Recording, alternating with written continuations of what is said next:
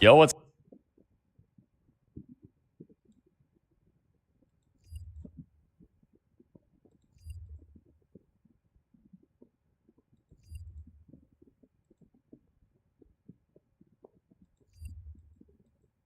Hello.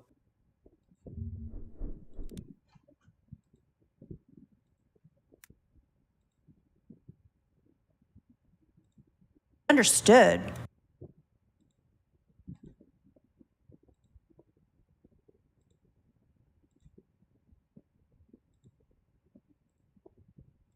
What he was paying for and what.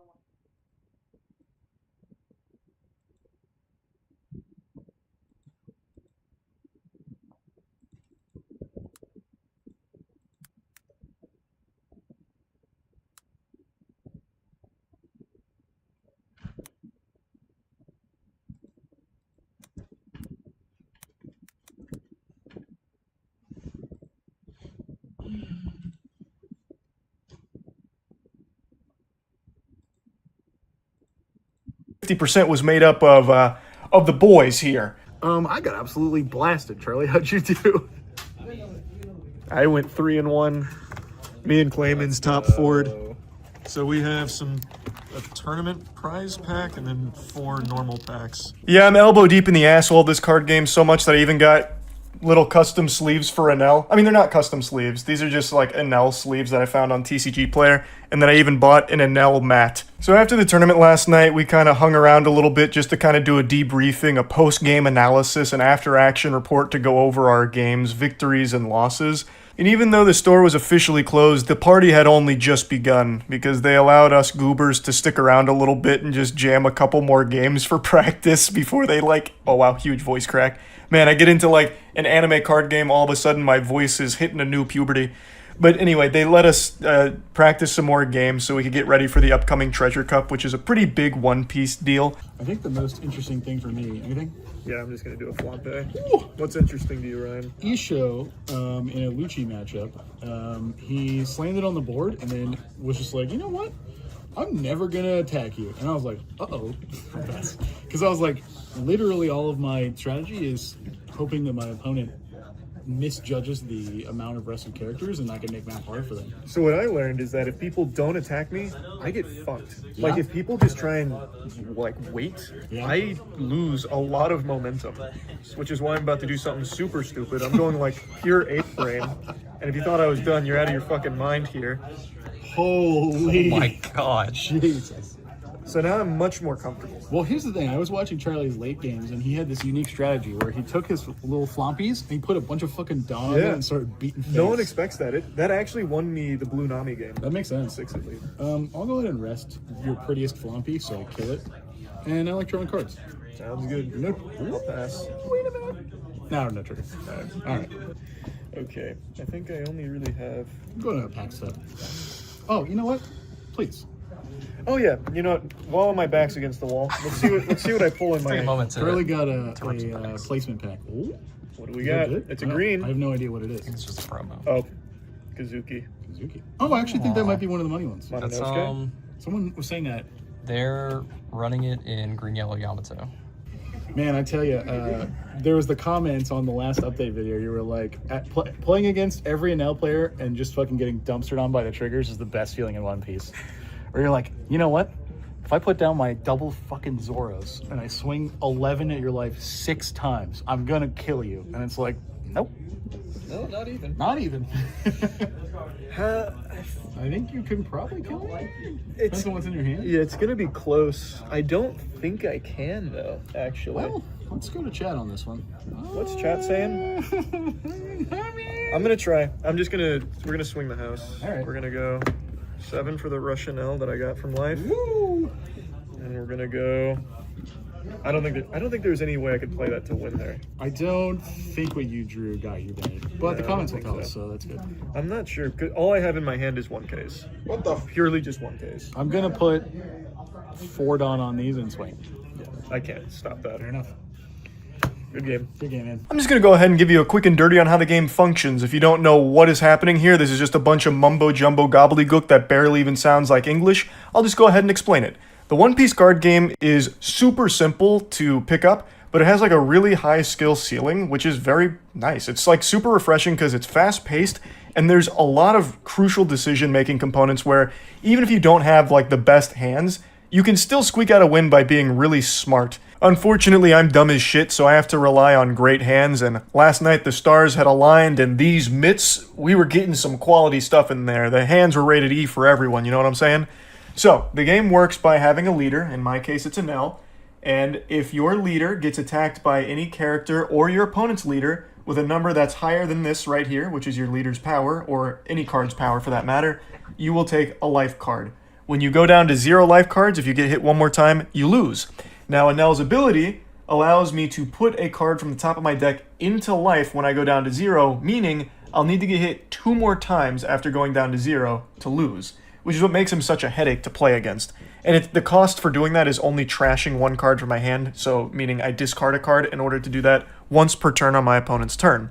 So he's a card that's pretty hard to get through to get the win. It's hard to push for the win when he can heal himself at the most crucial moment. Now, you can prevent taking from life by countering out of attacks. Now, counters are the things that are printed on the sides of cards here. So, like, this is plus 2k counter. So if something's swinging at my leader for 5k, I can counter up to 7 and not have to take from life. And you can do this for any character that gets attacked too, if the character is rested, meaning turned sideways. And you turn a character sideways when you use it. So attacking always has the advantage, so if 2 5Ks are battling, the one that's attacking will go through. So you have to counter out of a 5K, and you have to counter out of anything that's over 5K, or you can take from life. The beauty of playing this is it's actually good if people hit me and I take from life, because I play cards that have really strong triggers. And triggers are things that you can do when you draw them from life. So like on this card I just showed, it has a trigger that allows me to draw a card, and if I have 1 or less cards, I just play this for free, which is normally a 4 cost, meaning 4 Dawn. Dawn works the same way mana does in like Magic the Gathering or the mana crystals in Hearthstone. So every turn you get 2 Dawn, except for your first turn you get 1. Whoever goes first gets 1, and every subsequent turn you get 2. Dawn can be attached to characters or leaders, so that way they can increase their power. So Dawn will boost anything by 1,000 for what it's attached to. So it just allows for so much flexibility, and since you draw from life, there's a huge comeback mechanic to it. So there's always just the element of, what the fuck's about to happen here? Did I just hit them and give them the card that's going to end up getting my ass beat here? You know, it's just a really super fun card game, and this is just like the very base level, very bare basics of it. And I probably did a horrible job of explaining it, but I'm not a teacher. I'm only a month and a half into playing this motherfucker myself. Hopefully I can pilot Anel to a world championship W here for this game. I'm going to keep going to tournaments and shit for it. It's a lot of fun, and I just wanted to talk about it a bit because I've talked about One Piece a lot on stream, like for many years, about how I didn't like One Piece, I hate One Piece, this and that, you know, bah humbugging for a long time. Then I started watching it, I still hated it, all the way up until a couple years ago when I was finally like 300 episodes deep, and now I like it so much that not only do I binge watch the show frequently, but now I play the card game. Like, you can't get more invested in a property. Like, it's crazy how that happened. So, anyway, just wanted to talk about it a bit. That's it. See ya.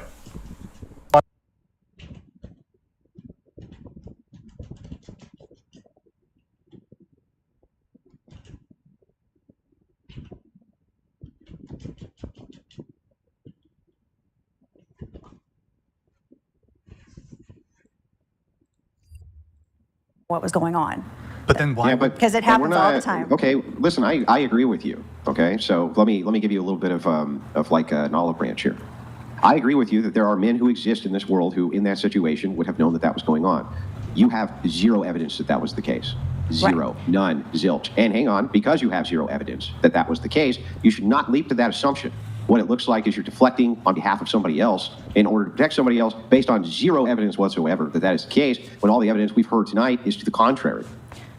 I feel like he is someone that is used to spending money on women to have sex and to get what he wants out of them. And the fact he knew I was abstinent at the time, I feel like the whole, oh, let me marry you, like proposing to me was just a gist, thinking it would get us closer to intimacy. And that was on the third date because he knew that nothing was happening. I hadn't kissed him, I hadn't done nothing with him. And at this time, he was already spending $4,000 on me on the second time we hung out shopping. Like, he expected things to happen very early on that weren't happening. And I feel like, I told him, like, I'm not having sex until I get married. Like, I just don't want to have sex with anyone like that because I started getting closer into, like, my faith of knowing, like, my worth. And I just didn't want to, like, entangle myself with a bunch of people anymore at that point. Wait, just to be clear, how long ago was this relationship? This started when I was, like, about to turn 23. And you said you were waiting until marriage to have sex. Mm-hmm. So you've been celibate for the past 4 years? I was celibate until earlier last year. What happened to waiting until marriage? I fell into a really dark place in my life. Well, he was that going. needed to be fixed by sexual intercourse? Yeah, I mean, honestly, I feel like a lot of men can agree when you needed your ego stroked. I needed my ego stroked. I was, like, not dancing anymore. He was no longer paying for anything. I was kind of, like, really losing myself again. And so, yeah, I had sex with someone. And just him? That's the only guy you've one had person. sex And then with? several months later, I started dating my now boyfriend. And you've had sex with him? Yeah, but we've been, like, on and on abstinent, trying to not. When's the last time you had sex? Yesterday? No, I want to say, like, in June. Okay. And then before that, it was, like, a month without having sex. So hang on. So how long have you been abstinent?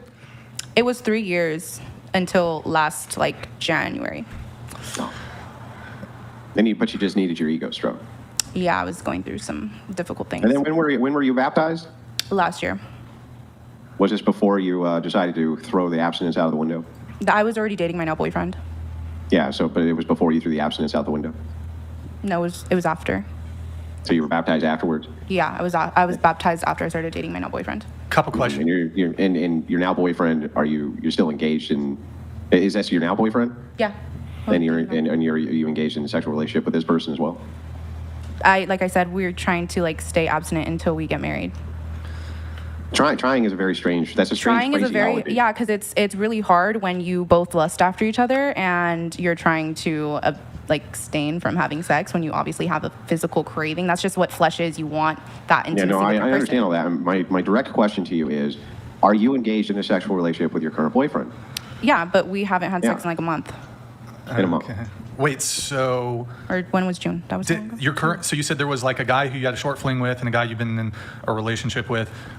Did they have to spend, like, have No. they spent money on you? Well, my boyfriend made me a stay-at-home girlfriend, but that's only for the purpose of, like, we are very what's the word? We're very, like, I can't think of the word right now. We know what we want to do moving forward with our relationship. Grid One Motorsports donated $200.01. As the Hawk Tuer girl said recently, what fills the hole often does not fill the soul. So choose wisely words to live by. From one Degen to all of you Degens. Okay. I saw that interview. That was kind of funny. Thank you, Grid One. Really appreciate it, man. Wait, and, like, just curious. So there's the fling. You said it was kind of an ego thing for you, right? Yeah. Just so, like, was it like a one-night stand? Like, you met him at the bar? No, we met and we went on a couple dates, and then he went back because he wasn't from here. He went back to where he lives, which is the UK, and then we were, like, talking for several months, and then I ended up going out there to see him. How soon into was it the first date, second date that you guys hooked up, or? I want to say the third day because he was leaving. So I was just thinking, like, you're leaving, and yeah. And what about the current boyfriend? First date, second date, third date? It was the first date, but I wasn't, like, again, that was, like, right after each other. Not right after each other. That sounds gross. Wait, it wasn't, like, so he back was to going back back. to the UK. It Then was. how soon did you meet the new guy? Like March. Wait, so So I met the new guy January. I met my boyfriend. April. We started talking in April. wait, you met the British guy. Is he British? Yeah. You met him in January? Mm-hmm. And then he was leaving. So, okay, He when did came he here leave? for, like, 2 weeks. He was here when for did 2 he weeks. leave? I met him, like, several days before he left. When did he leave? January? January, yeah. And then you met your now boyfriend in April?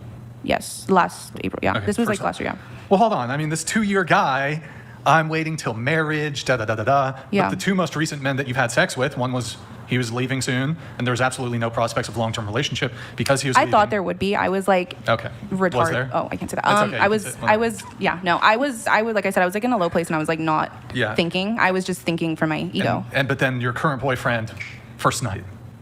Yeah, date? because I was, again, like, I was not in the greatest place. I thought I was gonna. Weren't you in a bad place when you were dating the? Yeah, it was a long period of like I 53-year-old? was losing everything. But why does the 53-year-old get? I'm waiting till marriage, and then like these guys, first date, second date, third date.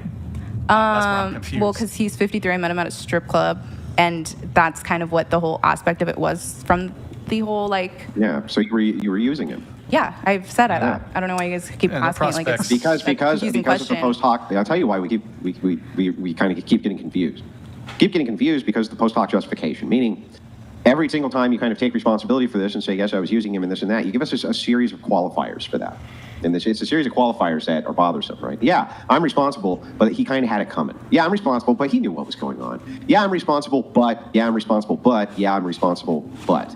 That's why it's confusing, because the question really is, in this particular case, if you're using this guy and you scam this guy and you did all these, horrific things to this guy, myself and the entirety of the audience is actually confused as to how this isn't just kind of your fault, and that you're just kind of playing fast and loose with the idea of, well, I didn't want to lower my morality. It doesn't seem like it had much to do with morality. You just didn't want to screw him because he was 53, right?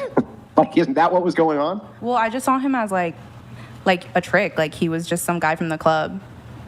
The guy that I had met from the UK I met him like at a nightclub. I never go out like that. And so it to me at the time felt very Destiny, stupid. Like it was dumb. It was very dumb. And like I said, ego driven.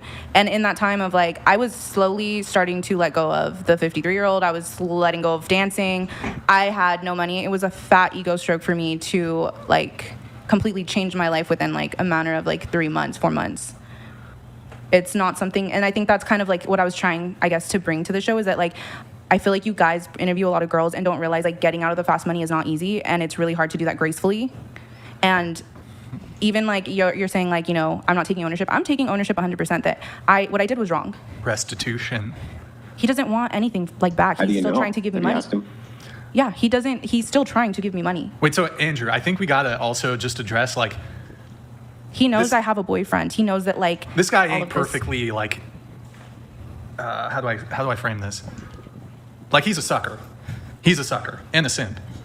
Like, bro, you should, as a dude, you should not be spending, I don't care if you're trying to bag like a younger girl, like a younger woman, whatever. Like you can't be spending this kind of money on a chick. I'm sorry, Brian. I'm not willing to go the what about the Mendo argument. In this case, I see somebody who's clearly been victimized and has clearly been victimized multiple crimes. And even if right Sure, now of this course. person's still pining after this woman, this was all done under a false assumption of a potential for some type of long-term relationship by your own admission. So even the feelings, which he could be feeling right now, he may not ordinarily have had if he was not led on. So I'm just not willing to put the ball back in his court for responsibility just yet. Based Oh, on I'm not like saying that there's no blame on her, but I'm saying like you meet a stripper in a strip club, or even if you meet a normal woman, you should not be spending this sort of money on a woman. Like I would say this to any guy. I would say this to any dude. Like you shouldn't be spending this kind of money. So I'm not saying she's like. Yeah, I agree. So I agree with you in spirit, but let me kind of make just a bit of a counter rebuttal here. So grandma gets called by a scammer at Target, goes down to Target, spends $500 on gift cards, gives them to the scammer. You would tell grandma not to do that, right? You'd say, grandma, you're getting suckered and this and that, but who's the victim there? The grandma. The grandma. You wouldn't tell grandma that, grandma was you wouldn't beat up on grandma, in other words, right? You would tell grandma, like, look, you can't be doing this. This is bad for you to do. But you're doing that so that they avoid being suckered in the future, not because they themselves are doing something which is immoral or wrong. Well, so let me ask you this, though, Andrew. So I'm sure you would agree that there are some scenarios where men they have agency, Yeah. and they're just willfully giving women this sort of money. Yeah, Sims. And so there's certainly 100%, like the grandma example, it's a scam. There's women who are running love scams on men.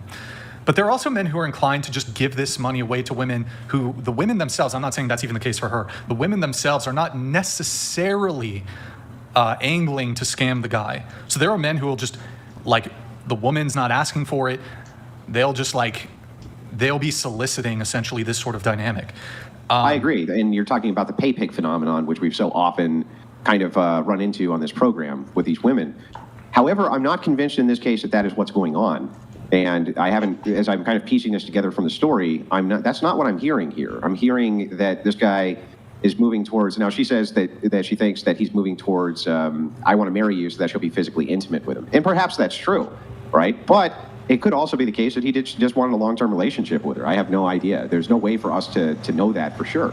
What we do know for sure, though, is that he did not want to give her some of this money, and she would just transfer it to herself, and then later he would just say, well, fine, I guess since you did it, there's nothing I can do about it, and, you know, that's that. So I'm not sure exactly what he's done, which is wrong here. You know what I mean? Well, it's hard to say without knowing the full details. We're only getting, I agree. We're only getting one side of it. I imagine there's some degree of nuance here. I mean, look, this grandma example. I don't know if that maps on 100% one-to-one, because typically, you know, with these older people, they'll call them up and they'll specifically target like much more elderly people, 70s, 80s, and they'll say, your grandson, your son's in jail. We need you to wire this money to us, blah, blah, blah. Oftentimes, these elderly people have early onset dementia or Alzheimer's, perhaps not fully developed, but very early on. A 53-year-old man, I think, would have a little more agency in the situation than, say, for example, a 73-year-old man.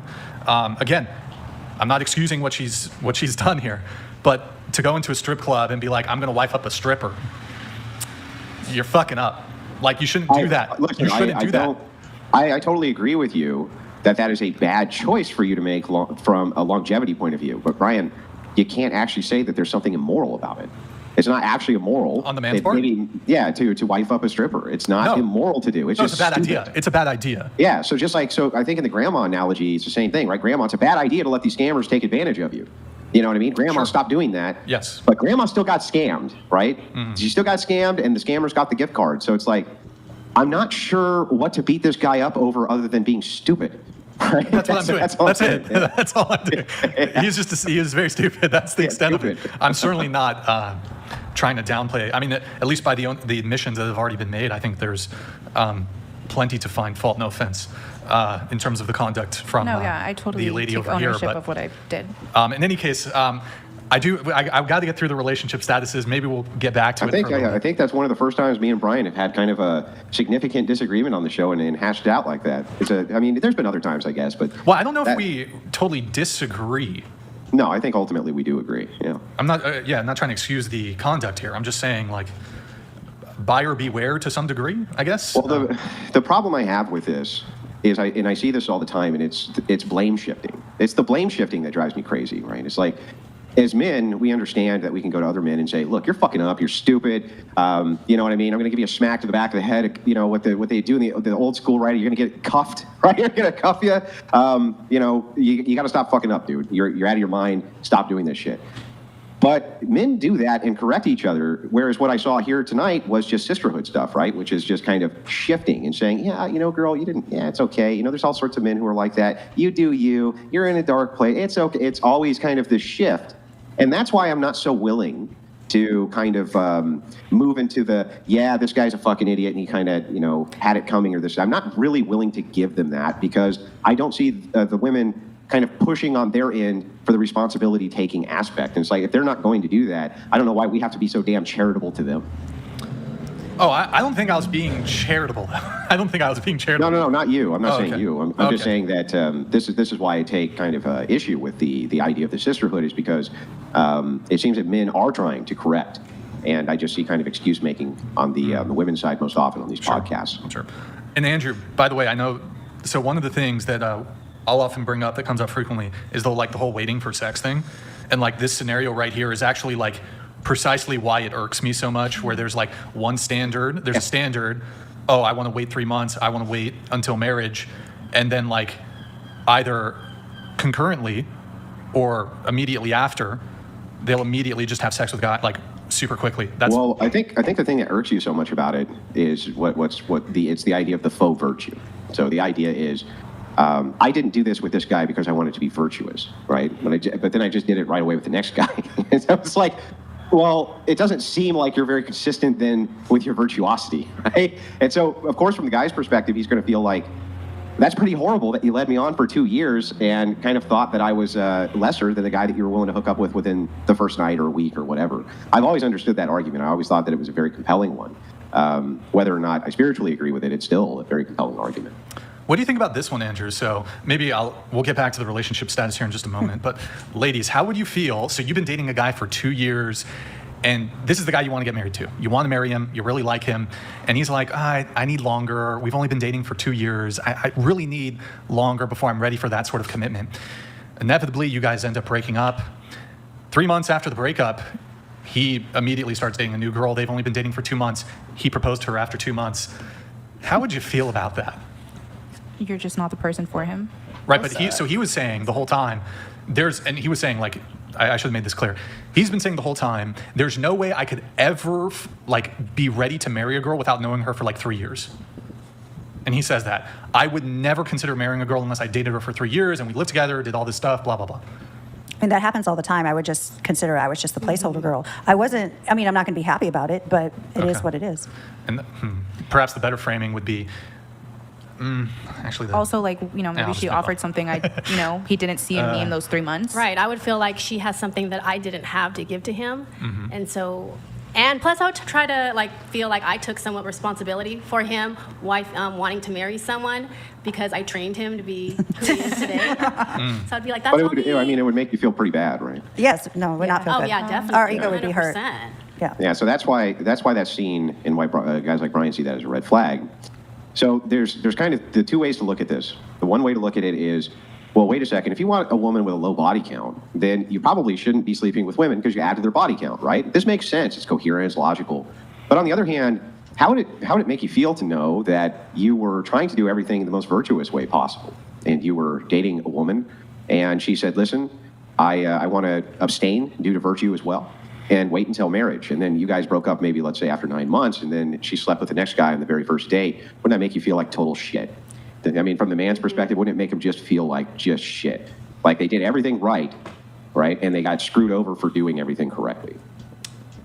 I would feel like it was meant to be then, because then it wasn't a match. Yeah. People are removed from your life for a reason, and I would just be thankful that happened. I'm not even making the dispute that couldn't be true, right? All I'm asking is, wouldn't it make you feel like shit? Of course. Yes, Yeah, but and that's why it's seen as a red flag. Is like, why would I want to make all of this investment in a woman who then comes to me and says, I want to have a virtuous relationship with you, so I'm abstaining. And then I found out in her last relationship, she slept with them the first night. As a man, why are you going into women's past relationships like that, though? I feel like if you're dating someone, the passionate matter. Well, we'll get here. It shouldn't? So let me ask you a question, just a quick question. If a man has a history of domestic violence, does his past matter? Yeah. Okay, then. Is there anything else you wanted to add to that? But I'm saying, I wouldn't go digging into his, ex-relationships, when did No, you you do wouldn't. this or that for your Wait, I'm sorry. girlfriend? I'm sorry. If you were told by a friend of yours, that a man you were dating had a history of domestic violence, you wouldn't go digging, really? I actually got told a lot about my current boyfriend. People came up to me and were telling me things about him when we went out, and from seeing his character, I knew that was just bullshit. Okay, you didn't go poking around, though? I didn't need to, because I didn't care about what was happening previously. What if you were told that he had a history of kid diddling? Would you go poking around then, since you have a daughter at home? Of what? If you were told he had a history, I would use my discernment on that. How? What do you mean you'd use your discernment? If you were told you have a daughter at home, if you were told that somebody and had I would a history, use my discernment on how he acts. If someone's eager to obviously meet my daughter, oh yeah, bring me around your kid, then that's weird. I use my discernment on. That's why he's the first person that ever met my daughter. Do you think that they're just going to announce themselves and all their creepy vibes are just going to come out at once? But I feel like you can tell when men are oh, why don't you bring me? I've dated people that wanted to meet my daughter very early on. I was like, that's weird. Why do you want to hang out with a 5-year-old? Okay, well, let me just ask this very simply then. Would you allow somebody who had ever diddled a kid around your daughter? Obviously not. Well, then I guess their history matters, doesn't it? Well, I think as men and women nowadays, we need to do our due diligence and we need to do our homework when we date someone. And you have to draw the line as to what's too much homework and, stay within that boundaries of just doing your research on that individual, just to protect yourself too. And if you have kids, you got to protect them as well. So I'm all about doing research on someone, but not to let it go too far where it's going to just totally steer you in the right direction. I understand what you're saying. So, and I think that this is a more charitable way to view things, right? You can, if you nitpick anybody, you can always find something that you're going to be upset with or mad about, or some decision that they made that could potentially make a red flag. And if you obsess over it, I agree with you. I think that that's probably way outside of the gate. However, you have to admit that some things, which would be red flags, have got to have different priorities, right? So domestic violence, for instance, that's going to be a high priority. Body count could be a high priority. There's going to be things which are going to be bigger red flags than other things, right? Like Right. I think that Brian having OCD, for instance, likely isn't going to be as big of a red flag as if Brian hypothetically beat up his last girlfriend, right? Which one of those would you say is the bigger red flag? It depends on the person. Some people might Well, not it want to deal depends with on the someone. person. Someone might not Really. want to deal with someone having OCD. I think there's Yeah, deal I breakers, get and it, then but- there's things that you can kind of deal So- with. So I'll grant to you that there could be one human being or two or three or 20 human beings who would qualify that OCD would make them more uncomfortable than a man who had a history of domestic abuse. Fine. Do you think that most people that would be a priority for them? That OCD would in some way trump a history of domestic violence? Of course not. That's absurd, right? That's absurd. So that's why I'm saying I think that there should be a prioritization of what these red flags are. But I agree with you in spirit that if you just go crazy trying to dig into every little aspect of any individual, you're going to find something. Right. That's just the Everyone's way it got is. dirt So on them. I'm going to table this just so we can come back to it, but I want to get everybody's relationship status. But before we do, Nick, can you pull up Twitch real quick? So guys, twitch.tv/whatever. Drop us a follow, drop us a Prime sub if you have one, guys. It's been a minute since we last got a Prime. It's probably been rebugged since then. Curtis, thank you for the Prime. Goblin, thank you for the Prime. Guys, if you can drop us a follow, if you're watching on Twitch, just hit that follow button. If you're watching on YouTube, open up another tab. Guys, we're trying to get to... Oh, it's not showing the followers. That's strange. Trying to get to 100K followers on Twitch. If you guys can just drop us a follow, appreciate it, guys. Thank you, thank you. Okay, so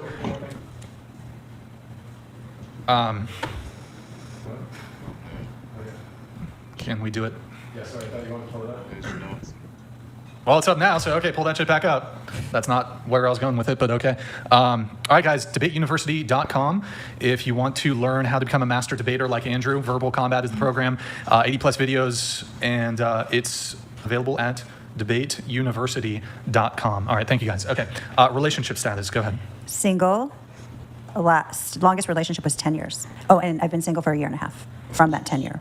So you've been single for how long? A year and a half. 1.5, and it was a 10-year relationship? Yes. And you guys were married? No. Not married. Ever married? I've been married. I was married to my son's father. But we did not marry. The 10 year, that was the point of contention. Wait, and There's a lot of, well, there's the a lot of 10-year reasons. relationship is the one with your son's father? No. That's another It was relationship? after. Hmm. So your marriage, how long did that relationship last? 3 years? Okay. And so the 10-year one ended a year and a half ago? Yes. But that's the 10-year one's not the father of your kids? Correct. Okay. Any other, just one child? Yes. Any other children? No. Okay. How old's the child? He's 20. Okay. He's an And- adult. Sure. I'm trying to think of the timeline here. So from like 41 to 51 you were married? 40 No, to no, 50? no. Or sorry, not married, in the 10-year relationship. The 10 excuse me. year, The 40 to 50. 50. Yeah, because I just turned 52. So, yeah. Okay. Mm-hmm. And then at what age did you have your son? 31. 31. Okay. Yes. Gotcha. Yes. And did the father, did he pay you child support? No, we had 50-50 custody, and Okay. I made more money, so Did you pay him child support? no, thank God he didn't ask for that. We just, clean break. And we decided to co-parent. Question, had he Yes. earned more than you, would you have seeked child support? Probably, yes. Of course, because I wasn't making a lot of money at the time. But you said you were making more money than him. Oh, sorry, you're right. But you're saying if the role was reversed and he... Well, so you said that you were making more money than him, but luckily he didn't seek child support because he would have been awarded it. Yeah. But had you been making less than him, you would have almost certainly seeked child support. I would have needed it living in Los Angeles for sure. Doesn't he need it? Yeah. But if you were earning more than him and you would have needed the child support living in Los Angeles, Well, I didn't need the child support. But you're asking if he would have made more money at the time, would I have asked for child support? Yeah. And I said probably. but so then he would have needed the child support, right? But he probably, yeah, he did. I pay for everything. So yeah, he would have needed the child support. I still pay for everything with him. Okay. The custody was just split then. Yeah, it was just, He didn't contribute to any expenses or? when he was in high school, we split large bills, but for the most part, I covered his medical insurance. When he was old enough to have a cell phone, I paid for his flight school. He lives with me now, so I pay for everything. His groceries. Okay. And any longer, so there's the 10-year, the 3-year, any other, what was the next longest relationship? Well, before, probably just a couple years, 3 years, maybe at the time. All right. And you said you recently went on a. Actually, before we dive in, I'll come back to it. Okay. Let's get everybody's status here. Go ahead. Currently, I am single right now, right. and the longest relationship I've ever been in was 3.5 years. And I guess I was talking to somebody, and we were dating like not too long ago, but we did break up this past July. So I am single now, but So a month ago you broke up. Yeah. So you've been single for 1 month. yeah. And how long was that relationship? It barely lasted a month itself too, because we were best friends since high school, but we thought it'd be a good idea to try getting into a relationship, but Yeah. it didn't end up working that way. From what age to what age was the 3.5-year relationship? That was when I was in high school, from freshman year to senior year. I see. Okay. All right. What about the longest relationship you've had since you've been 18?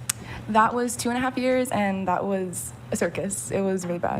What do you mean a circus? He cheated on me a lot, and he was a lot older too, so it was hard like being or dating someone that I don't know. He was just a really bad person in general. Like, he was always angry all the time. We went to court too because of certain situations, but it was because he cheated on me, and it was like a whole big thing with work and everything that we used to do together. But yeah, thankfully I got out of that. What was the age gap? The age gap, I was 18 and he was 26 on 27. Okay. All right. What about you? I'm newly divorced as of 2020. I was married to my ex-husband for 27 years, or actually 20 years, but we dated for 7 years prior to getting married. I have 3 kids with him. So that's the longest relationship I've ever been in. I'm currently dating someone now. You're dating one person, multiple people? Just one person. I'm in a relationship. How long have you guys been dating? About off and on for about a year. Off and on for about a year? When you say off and on, how many times has it been off and on? 2 times. Who ends it? Me. Who tries to get it back? He does. Why do you end it?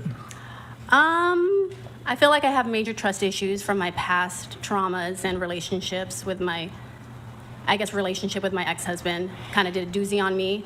And so I feel like when I'm in a relationship with somebody that it's hard for me to trust them. So I'm really quick to bail out of a relationship rather than sit and fix it.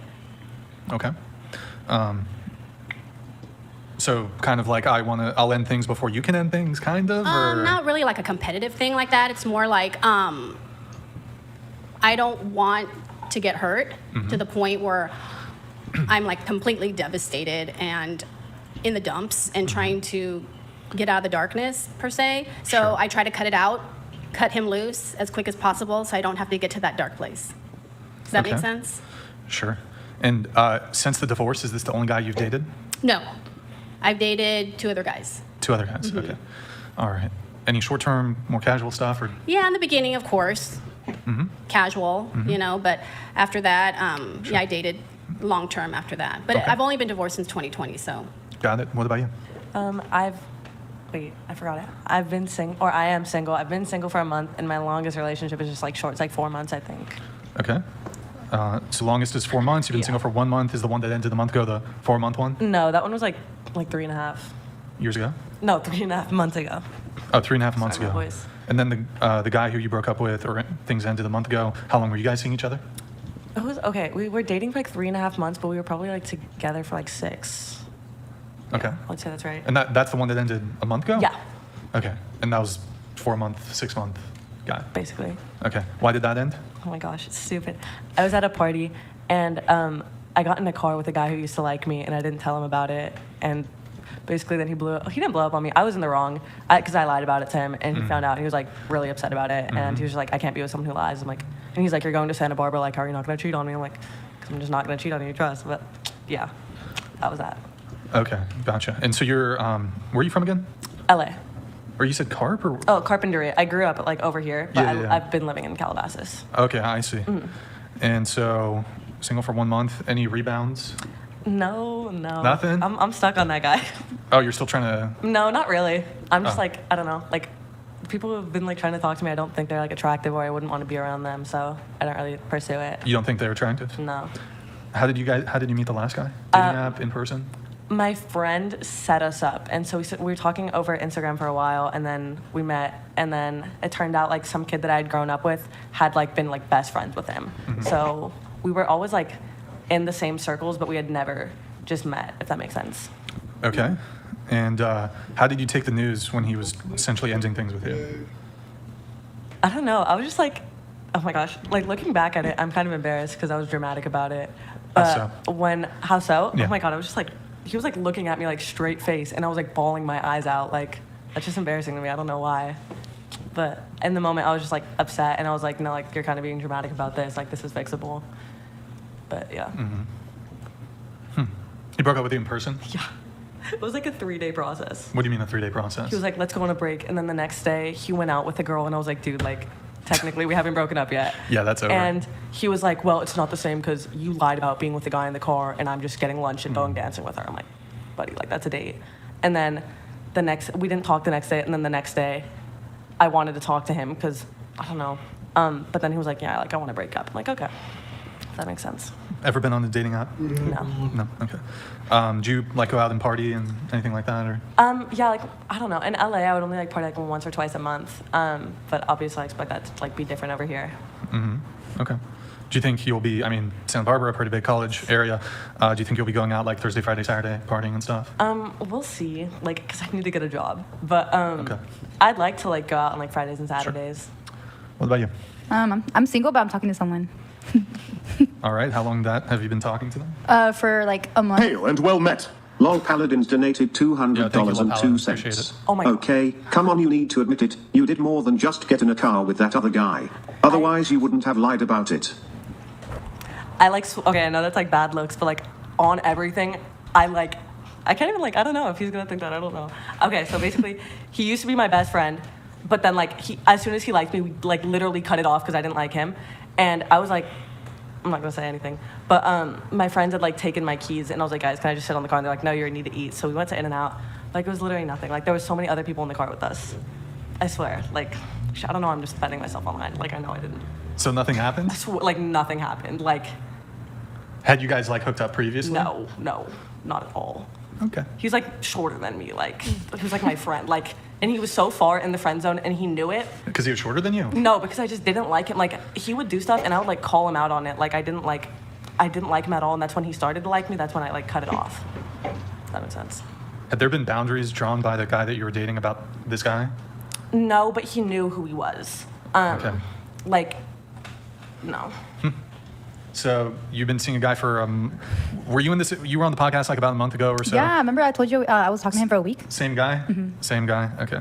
So like situationship or relation? Well, like, he said he's gonna ask me, but like, I don't know when. But we've only been knowing. Yeah. But the only thing that sucks is that he has to move back home in January, so I don't know what I'm gonna do. Okay. Longest relationship? 2.5 years. 2 years, okay. And that's the guy who, you bought him a PS5? No. The one that I bought PS5, that one was like 6 months. They never dated Yeah. officially. Okay. How did you meet this guy? This one? Yeah. Oh, at a party. Well, like, Party. cause I throw parties with my friends, and I met him Yeah. there. So Okay. he came up to me. And he's going back somewhere in January, you said? He's going back to Washington for school In January? in January. Okay. All right. Morgan? I'm single. Longest relationship, 2.5 years. Oh, sorry, I didn't mean to press that. My bad. Just kidding. All right. Maddie, what about you? I've been in a relationship for 2 years, almost 2 years. Okay. All right. So that's everybody's relationship status. I need to get back to who's this guy? That guy, he said, what do you think about dismantling whiteness? What the fuck? Totally dating related, but okay. Going around the table, if you have any thoughts on that, I don't know if any of you will, but. I don't know what that means. Yeah, I don't know what that Yeah. means. What? This isn't even the question I would want to ask, but he asked it, so I'm just going to oblige him. Anybody? No. Sorry, bro, if you ask a question and the girls don't have a position on it, there's nothing I can, anything? Any takers? Is he talking about white privilege? Dismantling white, that's I don't know. I'm assuming. I don't know. It's like big words. It's going to be a hard pass. I was about to say. Any takers? Going once? Yeah, I don't know. I grew Going- up in a like white area, so I feel like sometimes people think I'm whitewashed. I can't really Uh-huh. talk on that. He said, what does dismantling whiteness mean to you? Is he asking us because he doesn't know either?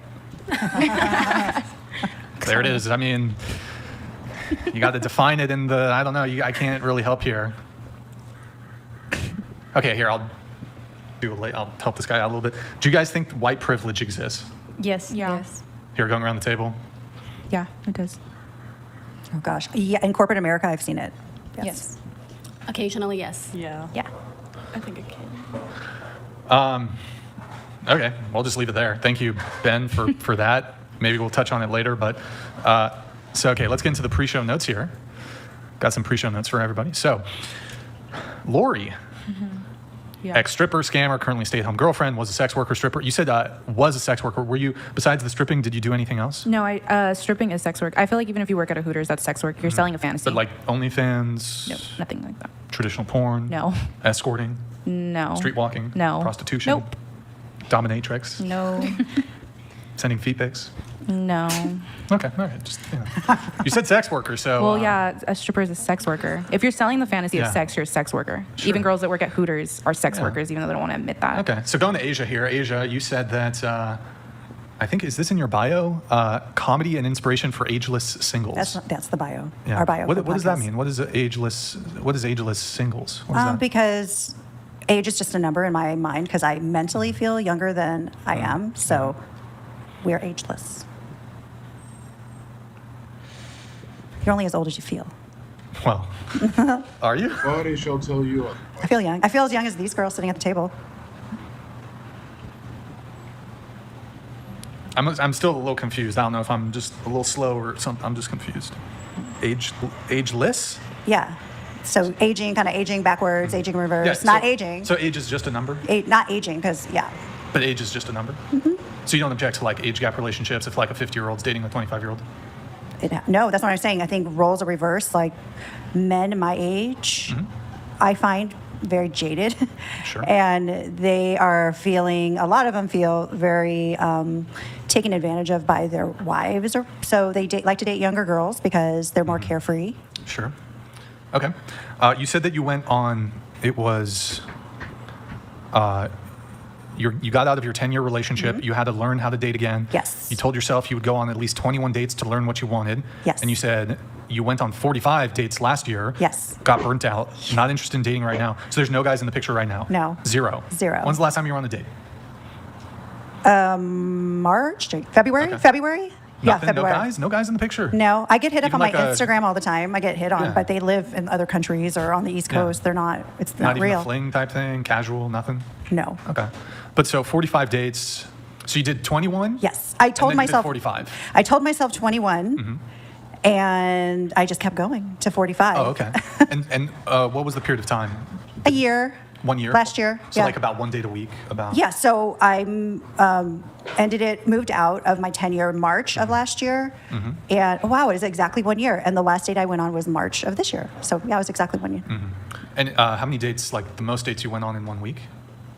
Probably 5. Oh, 5 in 1 week? Okay. There was But- a lot. There was, yeah. No, that's fine. There It's was a just, lot of dates. So it wasn't like spread out, really. They would be concentrated. I was kind of on a mission to get through the 21 because I really wanted to understand myself. And How long did the 21 take? 5 months. Oh, 5 months. But the most compacted week was 5 in a week? Sure, yeah. Okay. Any 2 dates in 1 day? Anything like that? No. 3 dates in 1 day? No. Okay. All right. And how did that go? The 21 dates, 45 dates? I went on 21. I still didn't find my person. So I continued to go on more dates. And number 40 was, after a month, he's like, hey, I don't want to. I'm all in. We deleted the dating apps and we were together like 3.5 months. But it didn't work, and then you had a few more dates after that, and then... 'cause you said that was number 40, yeah. but you went on 45. Well, I was dating while we were still in the courting stage in that month. Oh, okay. So I But went on then- 5 more dates from the time like I met early him. on, but then he was like, let's be committed for a bit, whatever. Yeah. And then that was the last guy that you dated. That was the last guy, yeah. How long ago was that? When did that end? March. March. Yes. Okay, so 5 months ago about? Yes.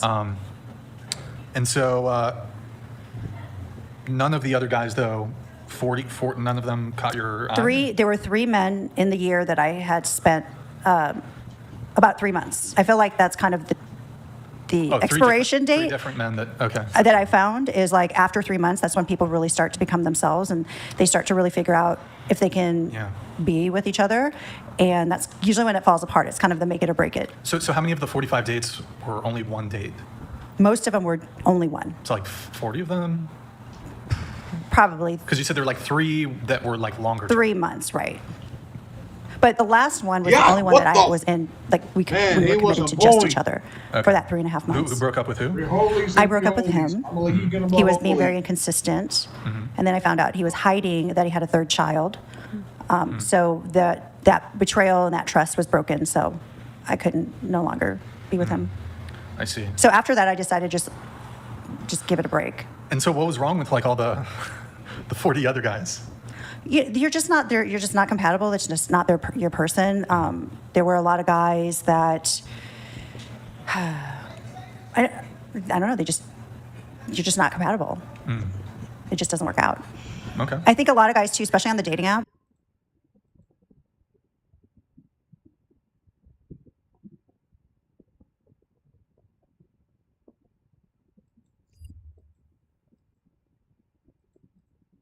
I'll be in Las Vegas, Nevada over Labor Day weekend. If you're going to be there, then I will too. I'll be in Bend, Oregon, Spokane. You sit down with a president today. So I just want to speak her name. She taught me to care about our country, and I still do. Today's guest is the 45th president of the United States of America, and he's currently running for president on the Republican ticket.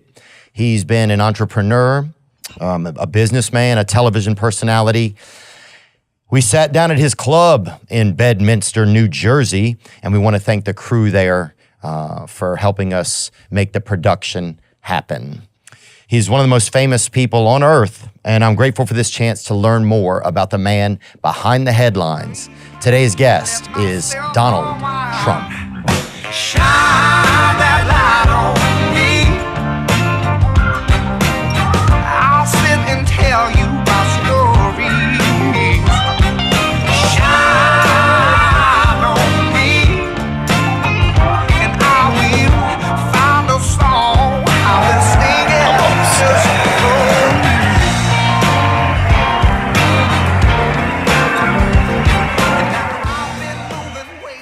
But your thing is going really great. My son's a big fan of yours, Barron. Really, Barron is? Yeah. Oh, nice. Yeah, he just graduated high school, right? That's right. He just did. He knows you very well. He said, Dad, he's big. Wow. Yeah, big one. That's cool. So that's good. What, well, that's where it is nowadays, right? Yeah, well, it's interesting. You know, yeah, I can't believe that we're able to get platforms. And I started in my kitchen, and then, yeah, just evolved out of there. That's fantastic. I mean, it's pretty unbelievable. What, does Barron play? Do you want to start? You go ahead. Yeah, we're good. Are we rolling? Yeah, sure. We're good? Yeah, that's, does Barron play sports or anything? He does. He plays golf and different sports, soccer. Loves soccer, very good at soccer. He's a good athlete, Barron. Yeah? Is he going to go, has he already picked a college or no? He has, and he's getting set to go in the fall. Good college, a very good one. And he was always a very good student. He's smart guy. Which one of your kids, what's something you admire about each one of your sons? Well, Don is a hunter. He's a great, great hunter and knows everything about that world and guns and all.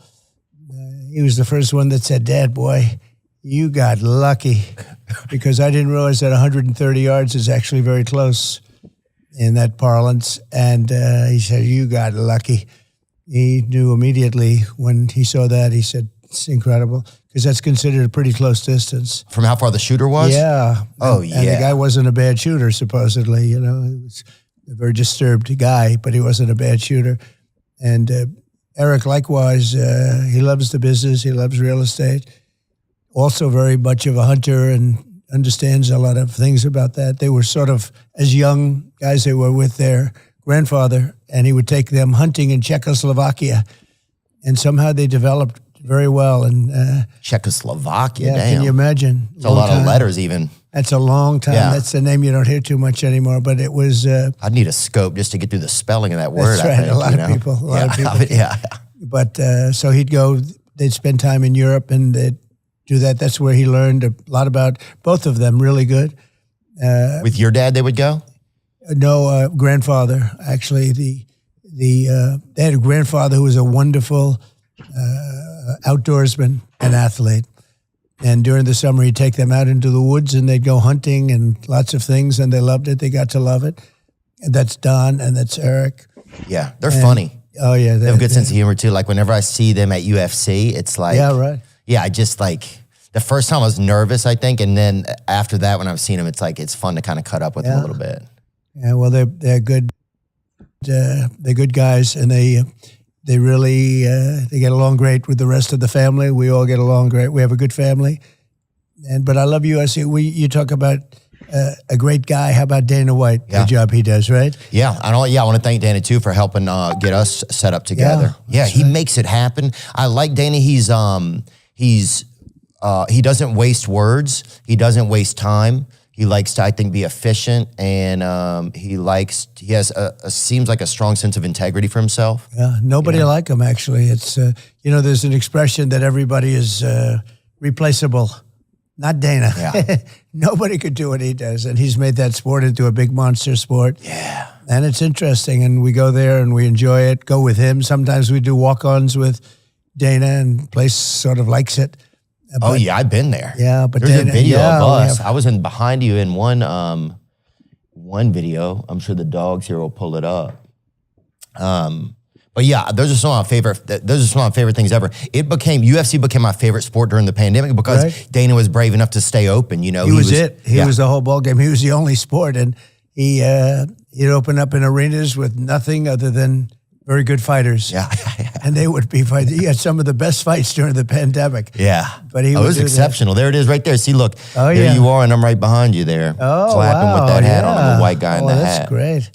That's right. The white guy in the hat is right. That's great. Yeah, I mean, there's a lot of us there, but I was one of them for sure. That's right. Yeah, see, that's me right there. Good sport, isn't it, huh? Yeah. I'm a Dustin Poirier fan. So. Oh, he's great. He was, boy, I tell you, he's a warrior. That last fight he had, whether you like it or not, he is a warrior. Yeah. Yeah, it felt like he didn't get the victory, but it didn't feel like he lost. No, he didn't lose that fight. He really, the man he was fighting was tough.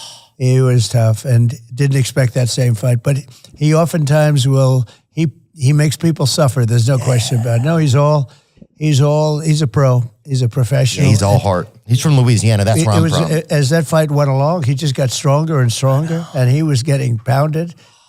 And he was going to be choked out about 4 different times, and he just wouldn't let it happen. No, you say hello to him. He's good. Yeah, I'll make sure to. He's a really great fighter. And he cooks Thanksgiving dinner every year. Oh, wow. Yeah. Maybe I'll have to go sometime. Oh, yeah. I mean, he must do good food. He does, yeah. He does some good stuff over there. Yeah, what was do you remember like the first fight that you ever went to, whether it was UFC or boxing or anything? Yeah, I do. It was Joe Frazier, Muhammad Ali, in Madison Square Garden many, many years ago. And I think that was the first fight I went to. I always liked the boxing. How old were you, remember? Oh, boy, I don't know. You can deduct it from what I am now, but it was a long time ago. But they were 2 undefeated fighters. They were both undefeated. Muhammad became a friend of mine. So did Joe, Jolton Joe. They were 2 great fighters. That fight was incredible. I think they had like many heart attacks that night, literally heart attacks in Madison Square Garden. I think it was Madison Square Garden.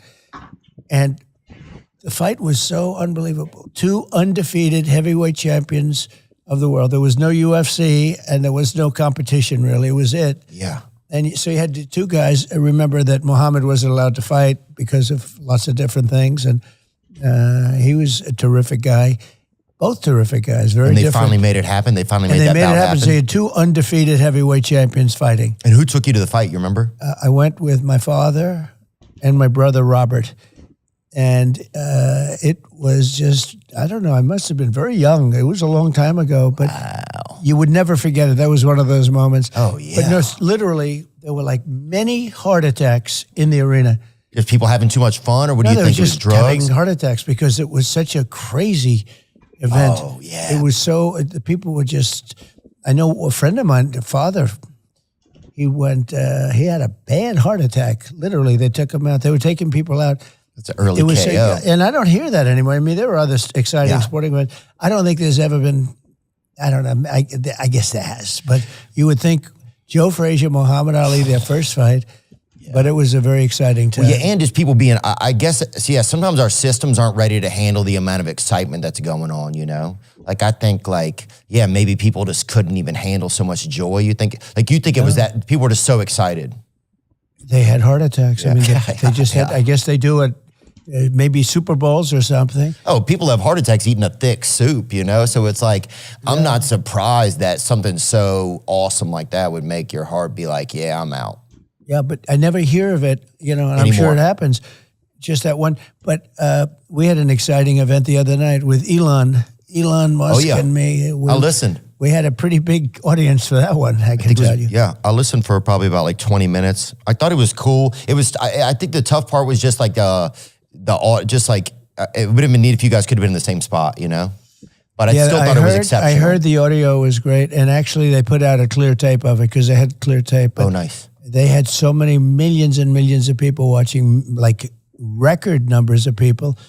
And I'm trying to figure out, we're on a cell phone, or I was, and, you know, that's a lot of people coming into a cell phone one way or the other. Yeah. But I heard some people had a problem with the audio. I don't know. I don't do that thing. You know, that was done. And we had a great conversation. It was for 2 hours and 15 minutes. They just put out a clear tape of it, a perfect tape of it. But yeah, I think I sounded, somebody said your voice was distorted or something. And, you know, I guess it happens. Look, it was such a big thing, such a big audience, but I would have loved to have seen the clear tape originally. They put it out right after the show. So now it's a clear tape where a perfect tape done there. Yeah. But when it goes through different phone systems and everything else, you think if we were together, that doesn't happen then? Because I think his voice was more clear than mine. Maybe because he was the one who was like initiating the call. I'm not sure. Yeah, I'm not sure about how all that works. But yeah, I know that in post, a lot of times they can tighten things up and make it better, you know? Yeah. It's amazing how Elon, like, the cost to really have your own voice in the world is $44 billion, basically. Yeah. Well, if you want to have your voice, like, you know what I'm saying? He has his own channel. And he does what he wants to do. Yeah. And he's a fantastic guy. And he's a brilliant person. And the country should be very proud of him, actually. I have Truth, which has been very successful. Truth Social, you mean? Truth Social, yeah. And that's been very successful in getting my voice out. Well, I needed a voice. Because, you know, I was on Twitter and I was on Instagram. I was on all of it. And I was on Facebook. And when you added it up, I was told by Zuckerberg and others, it was like record-setting type of numbers. And then one day I didn't have anything because they canceled. I mean, they canceled. There's such a collusion there, right? Yeah, it was a pretty bad thing.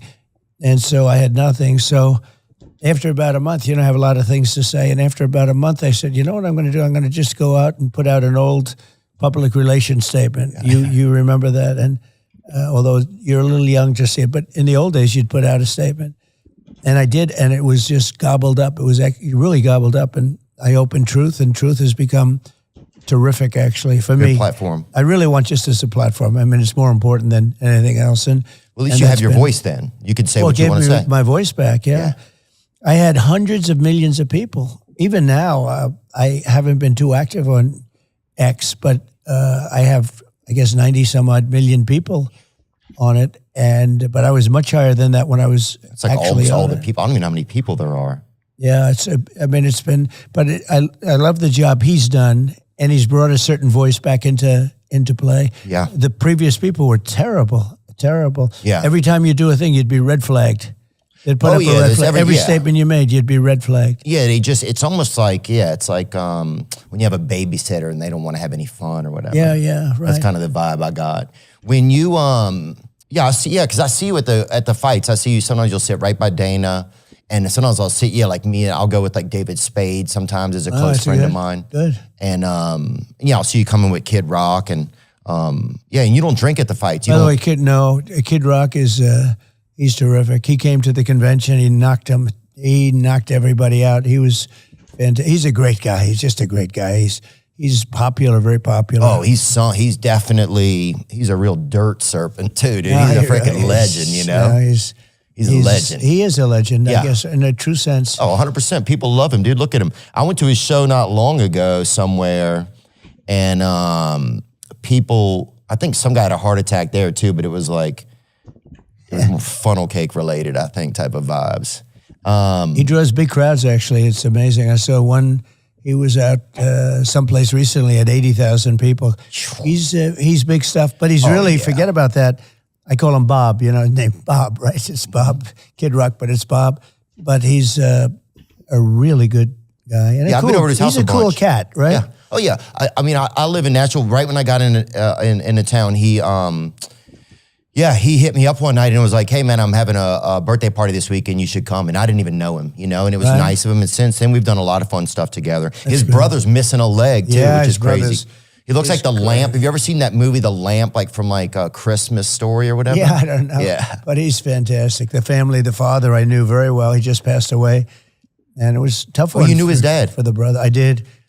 And he was fantastic. Yeah. I got to know him through knowing Bob. And I tell you what, it's just a fantastic family, the whole family. Yeah. No, I love Bob. He and I joke around together a lot. We've spent a lot of time together. Look at his brother right there. That's right. Dude hits And you know what? He dingers, plays too. golf and he plays well. He hit a perfect drive with me. I said, do you play? We were on the 17th hole. I said, do you play? He goes, yes. I said, oh, really? You want to hit a shot? And he said, okay. And he got up.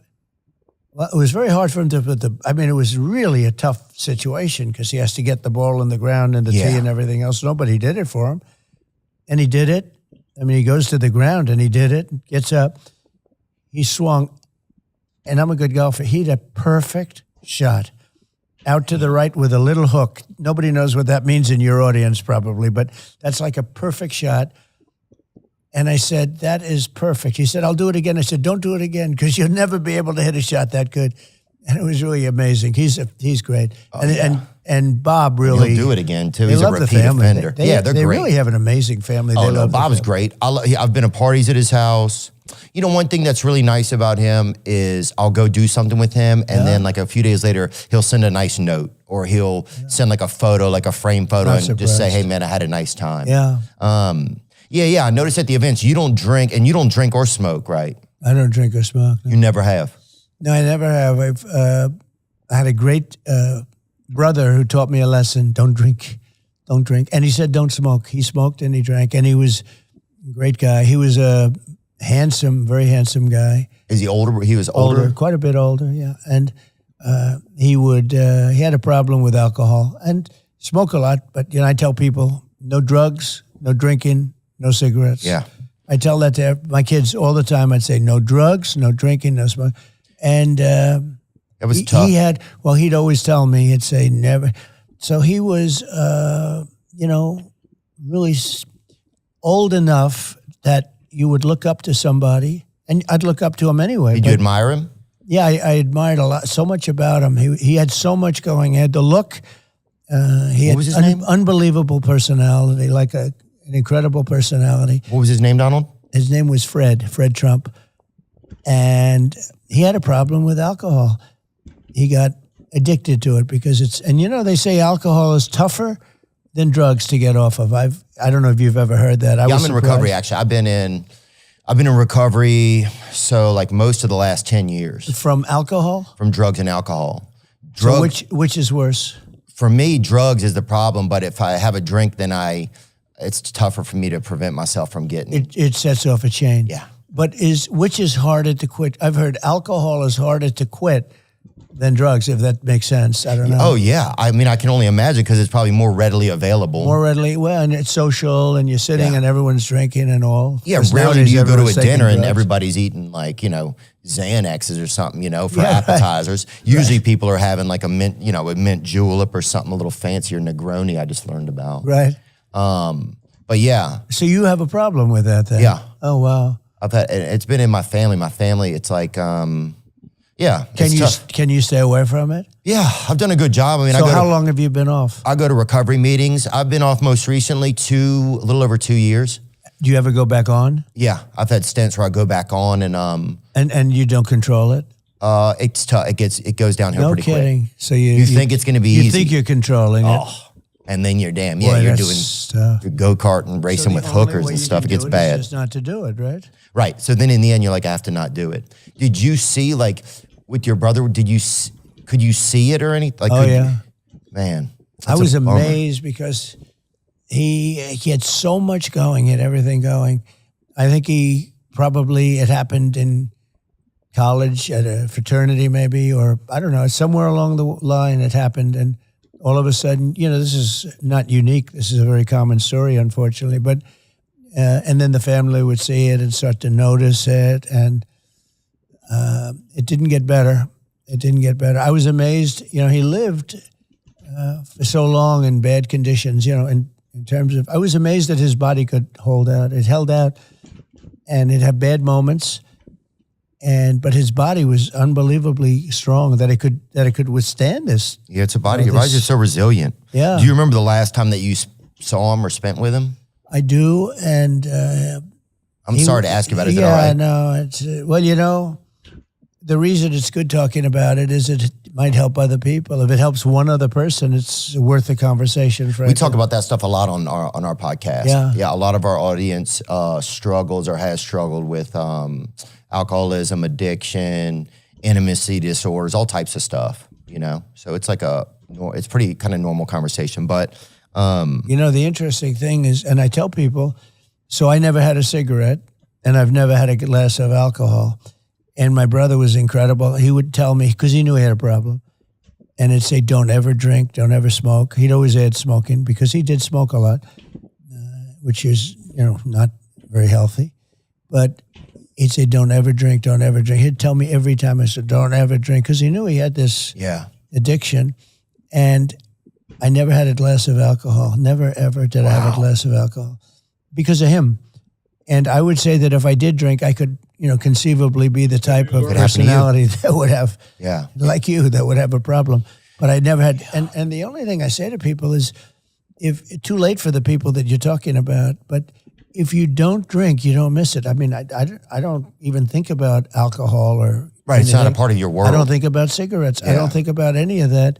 If you don't take drugs or if you don't have alcohol, it's real easy not to drink it. It's when I had a friend who went to the Wharton School of Finance with me. He was a very smart guy. Where is it, Wharton School? That's in Philadelphia. That's at Penn. Oh, yeah. Rocky. Right. And it's a great school, great business school. And it's part of the University of Pennsylvania, the business school. At It's nice down there. Yeah. My friend's brother went there or something. Well, we ate near there once. Then he was smart because it's a great school. But this person that I met, he hated the taste of scotch. Hated it. Couldn't stand it. But he insisted on having it because he felt it was important to be able to drink. I said, no, just don't drink. He said, to be successful in business, you have to sort of interact and you have to drink. And I said, don't do it. Anyway, he became an unbelievable alcoholic, uncontrollable alcoholic. Oh, I thought you meant like one of the best. Yeah, and he died. He was but he hated the taste of scotch. And he still did it. And then he couldn't live without it, literally. Well, I think I notice a lot of in the recovery rooms and stuff, it's a lot of people that they're missing something inside of them. And so they take on so they want to try and fill it up with something else. Yeah. Do you remember the last time you spent with your brother? I do. And he'd have periods where he'd get sick, very sick. And we thought we'd lose him or we lost him. Then he'd get better. And that happened 5 or 6 times. I mean, where you thought you lost him, and then he got better. And it was amazing. I mean, he was, certainly very strong in that sense. And I just tell people it's so tragic. Don't drink. Just don't drink. Yeah. And you're not going to have a problem. Like even you, if you didn't drink, you would never, but you probably, maybe you wouldn't be successful like you are. It's part of your story, right? It's helped me a lot. Yeah, because I don't know what would happen probably. I think it's just too risky. It is risky. What's something that you miss about him, or what's something that you miss about him, Fred? Well, he was wise in a sense. I mean, think of it. He's got this problem, and it was very important for him to convey to me not to have this problem. And I couldn't have been successful if I had that problem. Yeah. If I had that problem, and I think maybe I'm a personality type where I could have had the problem if I drank. But if you don't drink, you're never going to have it. I mean, I don't miss when I see somebody light up a cigarette and just they're in heaven. I don't miss that at all. It's weird. It's so it's very Native American too. Isn't it crazy? It's bizarre.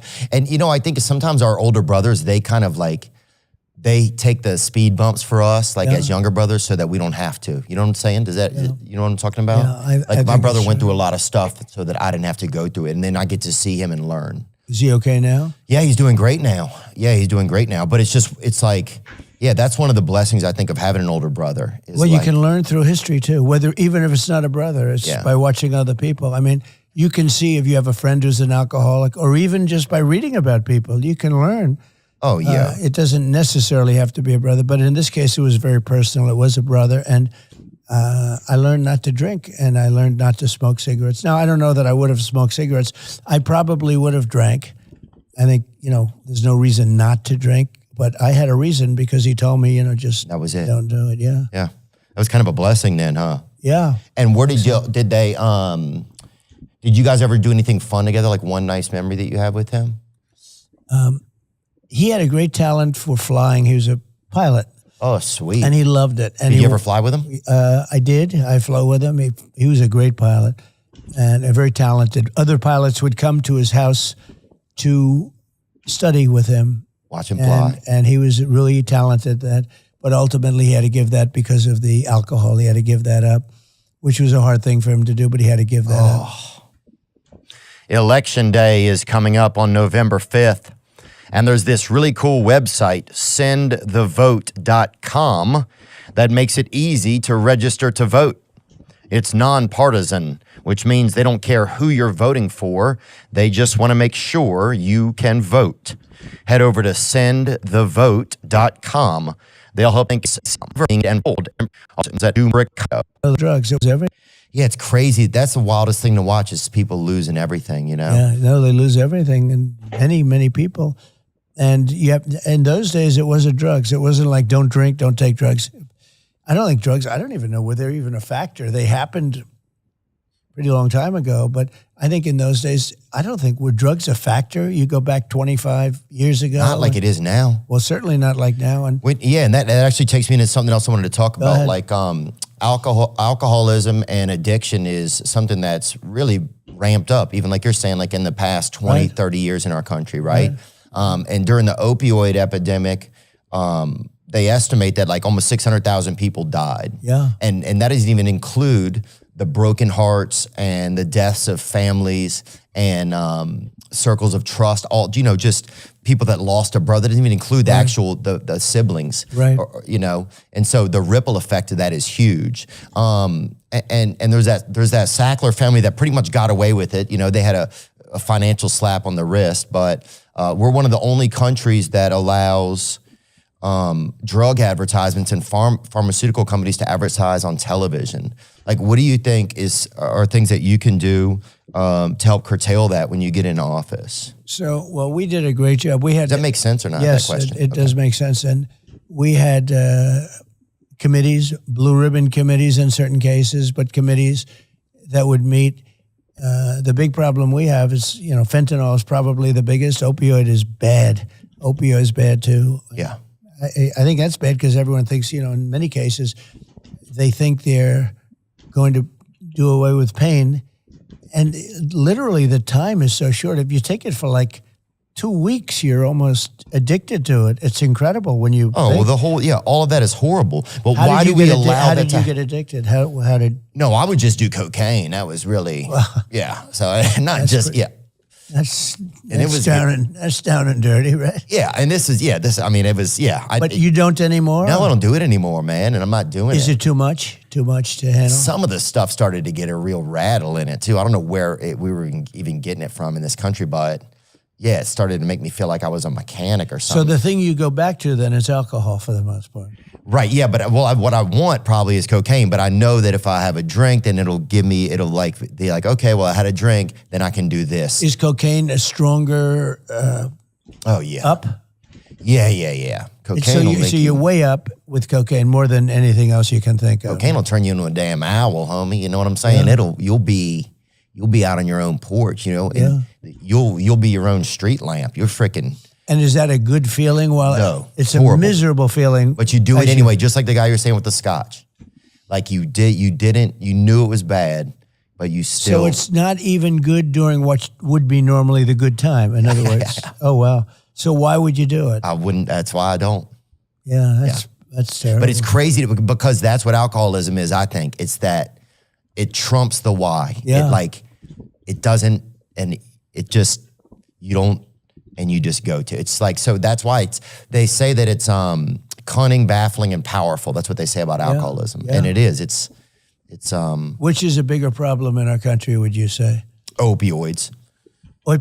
Bigger than alcohol. Oh, for sure. I think that's one of the biggest problems. And compare that to fentanyl.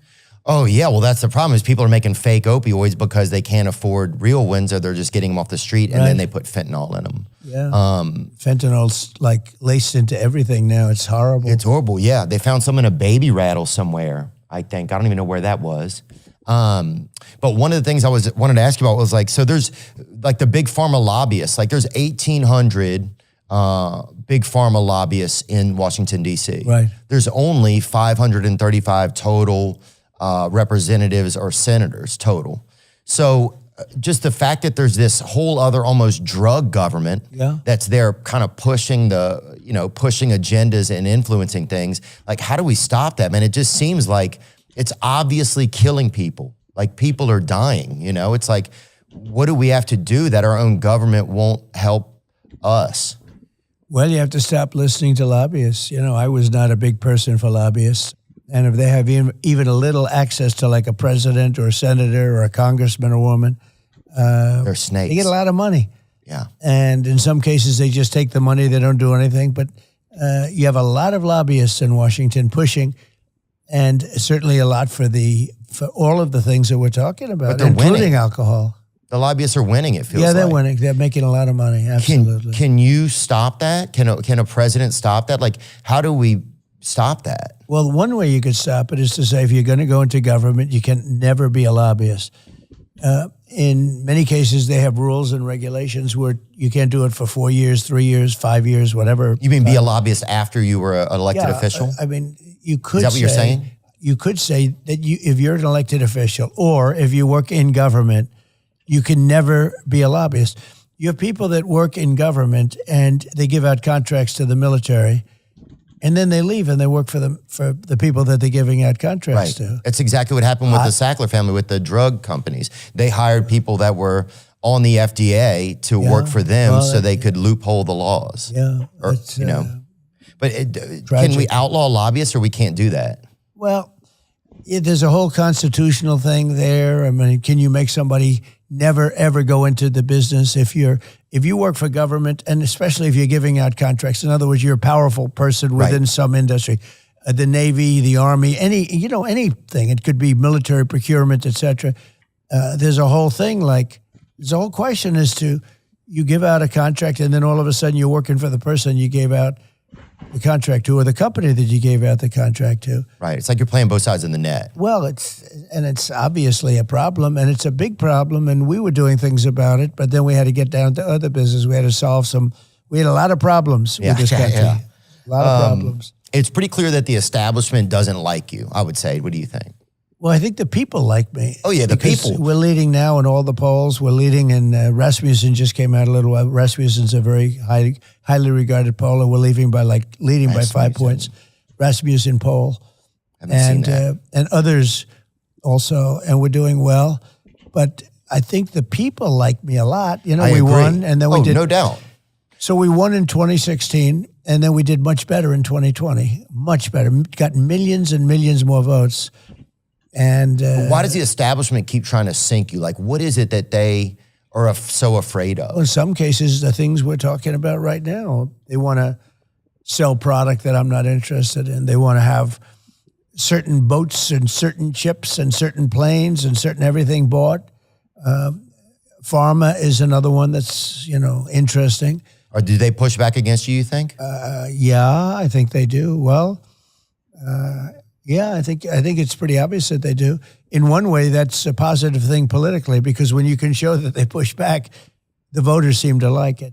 But we have a lot of popularity. We have a lot of people that want to see me come back and win, because we had a great time. We had the greatest economy in history when I was president. We had my cousin got a boat. Numbers. Yeah, we had the best job numbers. African American, Hispanic American, if you look, Asian American job numbers, women, men, everybody. We did a lot of good things. We cut taxes more than anybody else, including Ronald Reagan. We cut regulations, which created jobs. We had a great period of time, and I think the people want it back. Based on what I'm seeing, the people want it back. One thing that you did, recently we had Bernie Sanders on. Right. And interesting. I know. That's very interesting. Certainly, you guys don't agree on a lot of things, but I think you both acknowledge how horribly rigged the healthcare system is against the American people. Because hospitals and insurance companies get away with hiding their prices from all of us, and literally they can charge whatever they want. You know, it's like you sign up and say, yes, I'll pay. You trust the hospital, but then you get home and the bill it's whatever, you know, which pretty much feels like some form of extortion to me. That's what it seems like to me. It's a form. But you had an executive order where you created a federal rule forcing hospitals and insurers to publish all their prices. Yep. Right? So that people would be able to know, okay, if an MRI costs $600 here and it's $5,000 there, then I can go here and save myself money. Right. But that hasn't even been enforced. Like hospitals... Biden got away with it. Hospitals and insurance companies, they're still not showing their prices. They hated it. Of course they did. And because it would have made it very competitive. And Biden let it go. He never enforced it. And to get that approved was a big deal. And that would have brought down the price of so many things. Not only, just care, right? Care, physical care, mental care. That would have brought down the cost of care by 50, 60%. And Biden and Kamala didn't press it. It was a big thing to get it, but I'll be pressing it. And because I'll be pressing it, there are some people that are vehemently against it for financial reasons, for money reasons. But those people can go to hell, dude. That's insane. Yeah, no, they're bad people. Especially because one of the leading causes of bankruptcy in America is medical debt. I mean, that's crazy. It's pretty crazy. I don't even think I made that up either. No, it's when you think of it. At first, when you said it, I said, wow. And then I'm thinking about it. I'm saying, it's really not a wow. I understand it. Yeah. Tremendous lobby, tremendous powerful lobby. Well, yeah, because, think about what else is going to put you in medical, like in that much of a debt. It's like, I believe that's accurate. Who's behind the healthcare insurance, that whole thing? Like, who's behind it all? It feels like Chuck Schumer is this kind of like deviant mastermind back there somewhere. Well, he's one of the people that is hurt, and he's one of the people that keeps the prices high, and he's gets a lot of contributions from the people on the other side. And him and plenty of other people, a lot of people. It's a very powerful lobby. But wouldn't they? Why do the they most want powerful people? lobby? The lawyer lobby. That feeds into that also. It all feeds into it. Wait, hold on, just so I understand, Donald. Sorry. So that lobby is a very powerful one. Yeah. But why do those people want people to suffer though? Just so they can make money? Yeah. That's crazy. Yeah, it really has to do with money. That's crazy. How much money do they probably need? start off by saying this is terrible, and then they eventually say, well. But can we just as a country say, hey, how much? Okay, you need $3 million. We'll give you that. Fuck off. Yeah. We want to be healthy. Yeah. Like, can't we make a deal with those people? They're very tough to deal with, and they've been taken care of by drug companies and others for years. You have politicians that have been for years being taken care of by people that make a lot of money, and they want to keep making a lot of money. And it is, in that case, it's not a power thing, it's a money thing. Yeah. A lot of money. What are some of the other lobbies that are out there that we don't even know about? Well, the most powerful lobby is the lawyer lobby, I would say. The teacher's lobby is important or powerful, sometimes really to the detriment of everybody. But the most powerful lobby is probably the lawyers. Who would think that, right? But they have, that's why if you wanted to get rid of court cases and cut down litigation costs, which in this country is out of control, loser It's pays. crazy. What you do is you go loser pays. In other words, the loser of a lawsuit has to pay for the other side, has to pay back all the money the other side spent. You think that would solve it? Yeah, it would get rid of 75, 80% of the litigation. We are a very litigious country. Everything's under, it's all bureaucratic, it's all dirty paperwork, it's a bunch of rigmarole. Well, if that would happen, you'd get rid of a lot of it. But the lawyers are opposed to it. It probably will not happen no matter what, because obviously the lawyers want to sue everybody. What would have to happen? The Supreme Court would have to vote on something to make it happen? I don't know. I think that it maybe would have to go before the Supreme Court. But the most powerful lobby is that lobby. And if you wanted to get rid of litigation if you went, and Europe has it. A lot of places have it in different countries where loser pays. If you sue somebody and you lose, you have to pay the costs of the other side. Yeah, that makes sense, I think. And what happens is people don't sue. It's a tremendous difference. But this country, the lawyers are very much opposed to it in this country. It's too bad. Yeah, man, it's just pretty heartbreaking, I feel like. There was a rumor that you almost had RFK Jr. as a potential vice president. No. Okay. Just a rumor. Yeah, and I like him. I've always liked him. But I like him too. Bobby and I are friends. He's a friend of mine. I've known him for years. He's a good man. Yeah. He's in there pitching. It's tough. It's a two-party system, and he's a third party. It's a tough thing. He can't get registered now in New York. I see New York, and the Democrats have really opposed him vehemently. I haven't, but the Democrats have really opposed him. So you think he should be allowed to run everywhere? Well, the laws don't allow that. Okay. And the laws don't allow, unless you have 15 or 20%, whatever it is, they don't allow you to debate. You don't have to debate, so you can't get on the stage. You can't. And the debates are very important. I mean, I had a debate with Joe Biden. Oh, yeah, I and saw that was a very meaningful, that was a very consequential debate, to put it mildly. Well, yeah, they took the hand out of the puppet after that. Well, they wanted to debate. They gave me everything that I didn't want, CNN, and then they gave me Dana Bash and Jake Tapper. Now, remember this, they were very straight during that debate. I gained a certain respect because Jake Tapper, who I call Fake Tapper, but now I don't do that. I saw him at Whole Foods. I don't do time. that so much anymore. You did. Mm-hmm. But I thought they were very even-handed, if you want to know the truth, during the debate. I didn't feel like they the moderator. I didn't feel like that they pushed a lot of stuff. They had stuff. certain pressure on them to be even-handed. I think it's hard to not do that. But they were very even-handed, and it was a great debate, but a very important debate.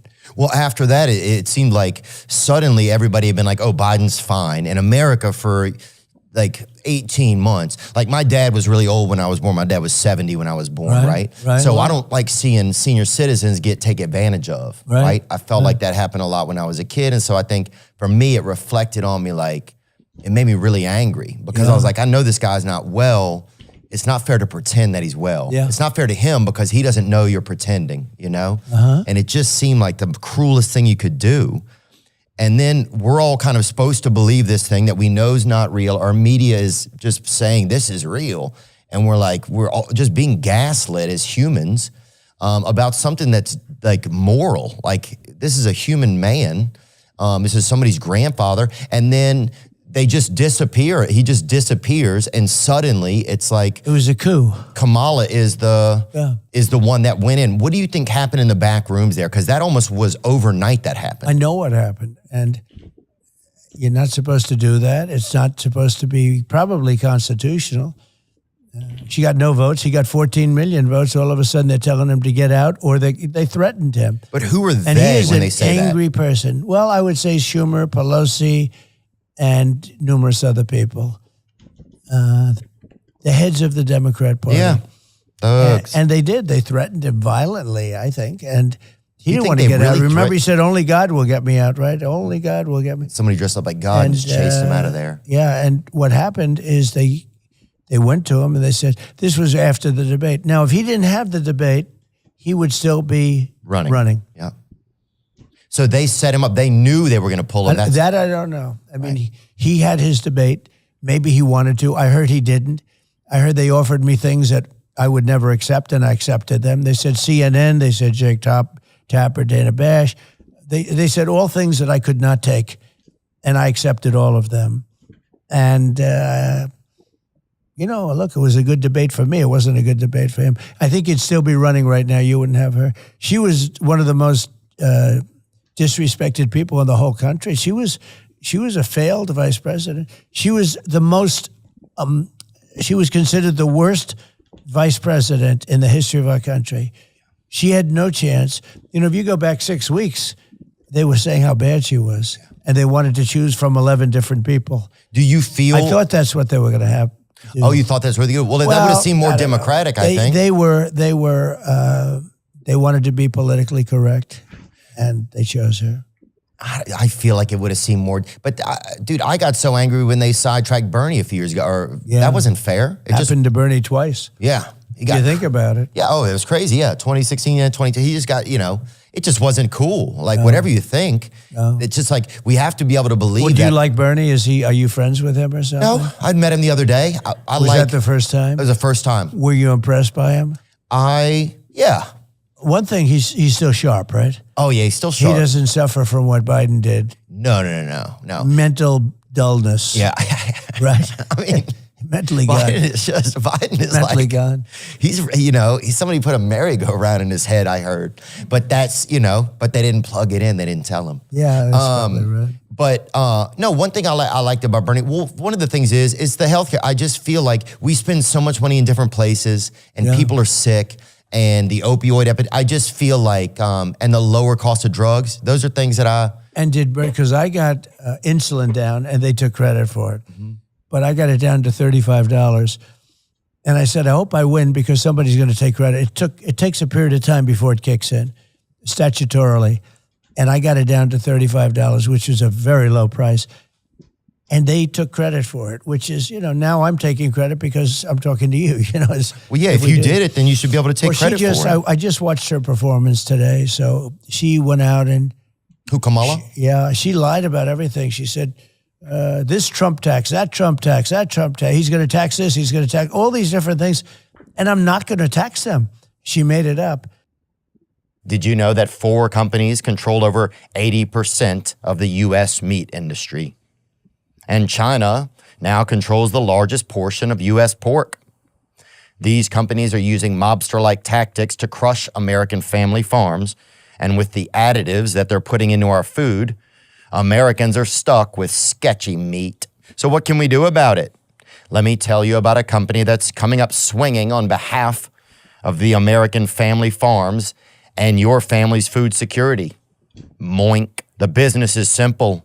Moink's meat comes from animals raised outdoors, where a pig is free to be a pig. Hey, buddy. Their farmers are given an honest day's pay for an honest day's work, and they deliver meat straight to your doorstep at prices you can actually afford. So keep American family farms farming by joining the Moink movement today at moinkbox.com/Theo. Sign up today and get free hot rolls in your first order, spelled MOINK box.com/Theo. Oink, oink, get moinked. Moinkbox.com/Theo. You know what it is, brother and sisters, baby. It's time for those wiener uppers, daddy. You feel me? BlueChew.com, they're helping. Blue Chew is a unique online service that delivers the same active ingredients as Viagra, Cialis, and Levitra, but at a fraction of the cost in chewable form. Sign up at BlueChew.com, consult with one of their licensed medical providers, and once you're approved, you'll receive your prescription within days. Blue Chew wants the entire country rock hard. They told me that's the mission. They will not stop until every man is bricked up like a brick house. And we've got a special deal for our listeners. Try Blue, $5 shipping. That's BlueChew.com, promo code THEO to receive your save. Trump's going to charge, but she's really a liar. She made up a series of lots of different taxes that Trump's going to charge you on clothing. He's going to charge you on this or that. And actually, she's the one. Your taxes are going to go up by 4 times. And if the Trump tax cuts, because I got the largest tax cuts ever, but they expire in a number of months, pretty soon, she has to be able to do something about it. And she's unwilling and incapable. I'll tell you what, if she's the worst vice president ever. He's the worst president ever, a deadly combination. And we have a country where the borders are bad, where the world is blowing up. You look at Israel, you look at Ukraine, you look at all the different things that are happening. Yeah. She has no clue. And you know what I say about her? Why don't you do it? She complains about everything. She's been there for 3.5 years. Why don't you do it? All you have to do is say, why don't you do it? Why didn't you fix it? You could fix it right now. Don't, do whatever you're doing. Yeah. And she won't talk to you, and she won't talk to anybody. She won't be interviewed. She's welcome to come on. I would love to get to talk to her. I'm sure she'd be very exciting. Actually, you could make her exciting, probably. You think? Yeah, I think so. Somebody said she's a good roller skater. That's what I heard, which is Well, crazy. That's about it. I mean, look, we're going to wrap it up soon, okay? Yeah, Is that what you're please. saying? Okay, done. Sorry. Speaking of Kamala and speaking of the border, we had 2 Border Patrol agents that came on in the past 2 years, right? Because Right. we wanted to learn about it from Sure. people that are there on the ground. And one of the things that we found out was a lot of times they keep arresting the same people because the people that are coming in illegally aren't being prosecuted. That's one of the biggest problems they were saying. What can we do differently to make things safe at the border? It's the fact that a father can't sleep at night because he doesn't know who's going through his yard or Yep. going through it. It's just not fair. It's not what you sign up for when you're an American. What are you going to do So differently? the borders, well, I did it. We had the best border. Oh, the wall, in they should have country. kept it. I agree. We had the wall built. We had more going to come long beyond what I promised. I built hundreds of miles of wall, and it worked. Walls work. Walls and wheels. I say it all the time. Two Walls and things, they wheels. never get obsolete. Well, they wheels and walls. Well, they also supplied infrastructure. Like, people don't understand, the wall also was a place where Border Patrol agents could go to get water, to get food, to rest. It provided like a shelter out there as well. It 'cause worked. They're in the middle of nowhere. They said it worked. The two that wall I've worked, spoken to said it and worked. I was going to do 200 miles of wall. We had it built, and to the specifications of the Border Patrol. We were going to put it up, and it would take 3 weeks to put it up. That's an additional 200 miles to fill up certain areas that, when you make the wall, then all of a sudden they start coming through other areas. We had it wired, and they wouldn't do it. They wouldn't put it up. And I realized they wanted open borders.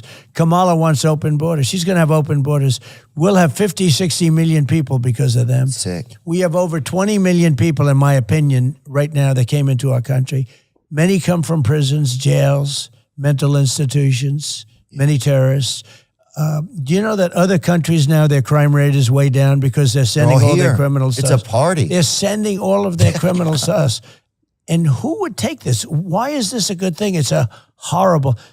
She should be ashamed. And, she was the border czar, too. He put her in charge. She was the worst border czar in the history of the world. She's a roller skater. That's what somebody told me the other day. She's terrible. But what are you going to do? What's going to happen with the border when you're back? We're going to seal the border, and I had it very well sealed. We had the most successful border in the history of our country. We're going to seal the border. We're going to finish up certain areas of the wall because they didn't do it, and we're going to have an unbelievable border, and we're going to spend a lot of time getting the criminals out. Look, we have murderers in our country now. I don't think people should be allowed to be in our country if they're criminals. Well, then you're going to be very unhappy to know that we have a lot of people, hundreds of thousands of murderers. We have people, drug dealers talking about drugs. It's not even believable that they'll do it. So what they've done is they've allowed murderers, people in prisons, people in jails, people in mental institutions and sanitariums, and terrorists to pour into our country by the hundreds of thousands. And they are in our country right now.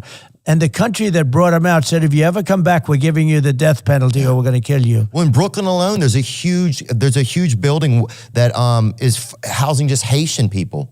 They're just housing this wandering around Brooklyn all the time. My friends are telling me. They have some rough people too, really rough people. So if you get reelected to the border, you're going to continue that project. Well, I we're going to make sure it's safe. We had the safest border and the best border in the history of our country, and now it's a disaster.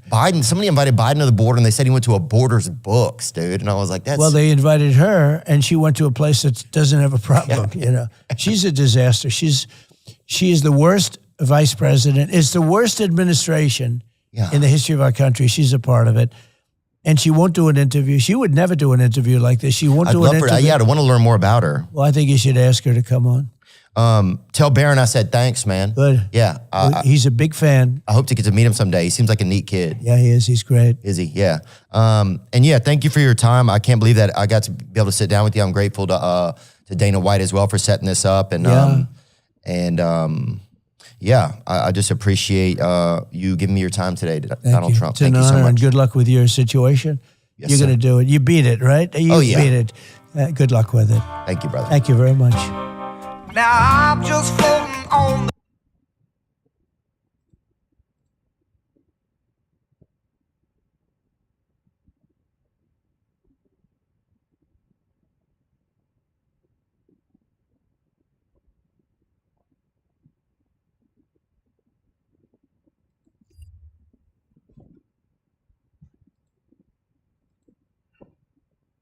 anticipating.